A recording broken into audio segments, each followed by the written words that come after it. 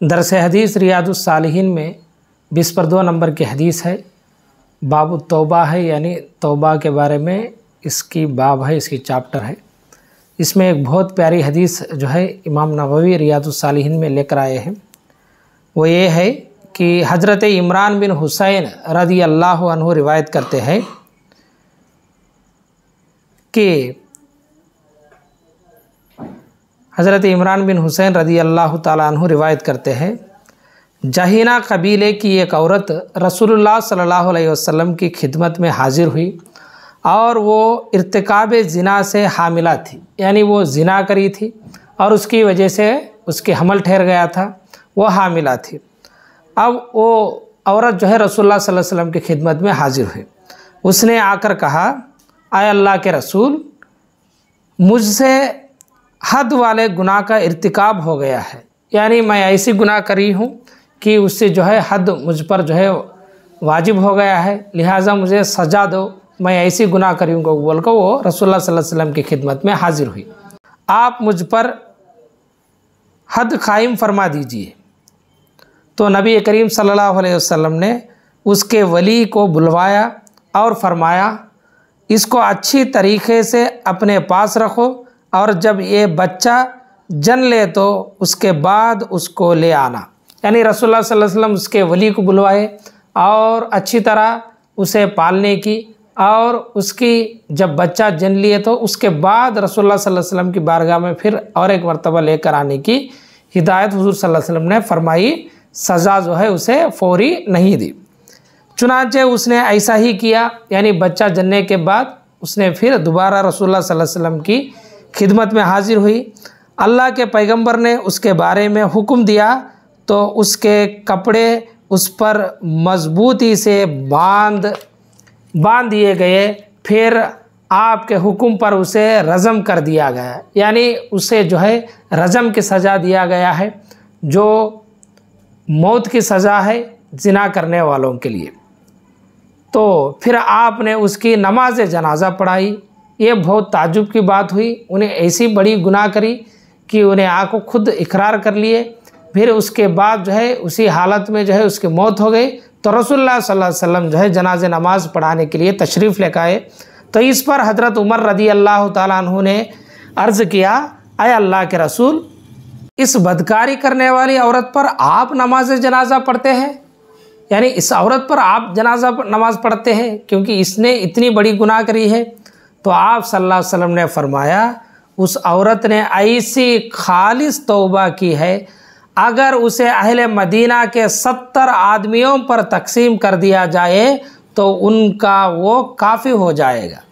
यानी उन्हें ऐसी तौबा कर कर जो है इस दुनिया से चली गई, अगर उस तौबा की जो नतीजा है उसे 70 आदमियों के ऊपर भी पेश करे तो वो शायद उनको काफ़ी कर लेगा, यानी 70 आदमियों की बराबर जो है उसकी तौबा कबूल हो जाएगी। उन्हें ऐसी खालिस तौबा कर कर इस दुनिया से और जो है उन्हें रुखसत फरमाए हैं। तो इसके बाद रसूलुल्लाह सल्लल्लाहु अलैहि वसल्लम फरमाती, क्या उससे भी अफजल कोई बात है कि अल्लाह अज़्ज़ा वजल की रज़ा के लिए उसने अपनी जान तक कुर्बान कर दी। अगर चाहे तो वो औरत देखो छुपा कर भी सकती थी, छुपा भी सकती थी इस बात को, लेकिन उसने अपनी जान गंवाने को भी तैयार हो गई, मगर अल्लाह ताला की जो डर है उसके दिल में ऐसा बैठ गया था, अपनी जान देने पर भी वो तैयार हो गई, क्योंकि उसकी मकसद आखिरत में जो है निजात पाने की थी। तो इसलिए अल्लाह ताला जो है उसकी तौबा को कबूल फरमाया है, लेकिन दुनिया में जो सज़ा है वो सज़ा रसूलुल्लाह सल्लल्लाहु अलैहि वसल्लम उसे दिए हैं।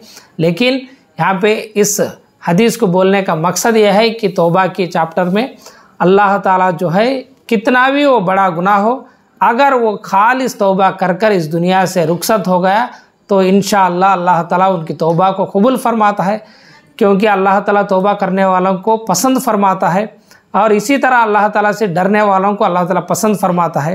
यकीनन अल्लाह ताला जो है उससे डरने वालों को वो जितना भी बड़ा गुनाह करे, लेकिन इसके ऊपर उन्हें इसरार नहीं करना, उसके ऊपर अड़े नहीं रहना, उसके ऊपर अटदर्मी के ऊपर नहीं उतरना, फौरी तौबा कर लेना है। अल्लाह ताला तमाम गुनाहों को माफ़ फरमाएगा, जो अल्लाह ताला जिसकी चाहे।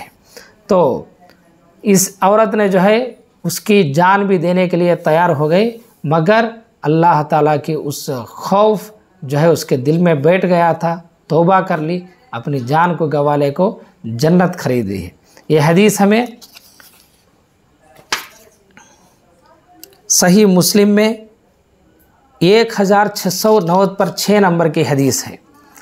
तो इस हदीस से हमें नतीजा ये मिलता है कि सहाबा इकराम हुज़ूर सल्लल्लाहु अलैहि वसल्लम की जो सोहबत इख्तियार करे हैं, उनके दिल में अल्लाह ताला की खौफ इतना था कि अपने गुनाहों को ज़ाहिर करते, हद भी उन्हें खुद भी आकर जो है ले लेते, क्योंकि उनको दुनिया की ज़िंदगी जो है कोई मतलब नहीं थी और आखिरत की ज़िंदगी उनकी मतलब थी। हाँ, अलबत्ता गलतियाँ गुनाह जो है सबसे हो जाते हैं, लेकिन वो ऐसे लोग थे हमारे जैसे जो है गुनाहों को इस तरह छुपाते नहीं थे।